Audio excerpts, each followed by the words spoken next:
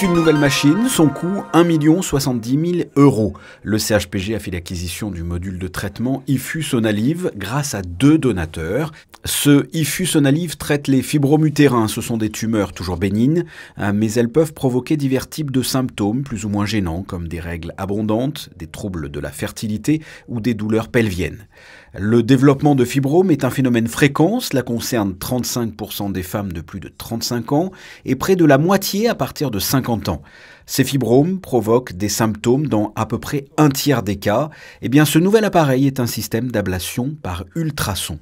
En fait, ça va permettre de pouvoir traiter certains types de fibromes utérins sans chirurgie, sans, on va dire, ouvrir la peau, à travers la peau, sans anesthésie, et donc de permettre d'éviter certaines mutilations inutiles, ce qui est quand même un net progrès dans la chirurgie de ce genre dans le traitement de ce genre de pathologie.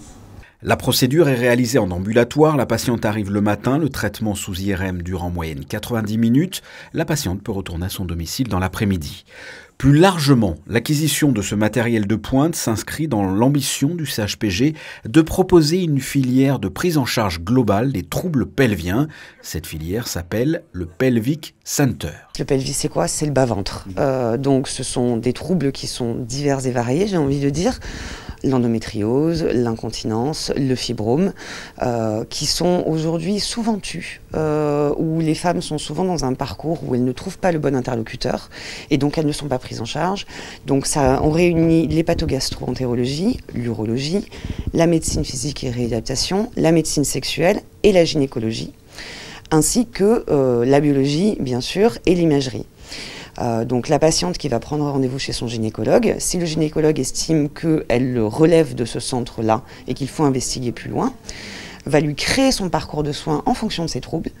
La patiente va venir, généralement sur la journée elle arrive à tout faire, donc on l'emmène dans les différents secteurs, on l'accompagne.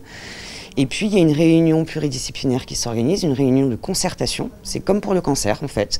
Donc tous les spécialistes se mettent autour de la table et regardent l'intégralité du dossier et vont faire le diagnostic et proposer le traitement.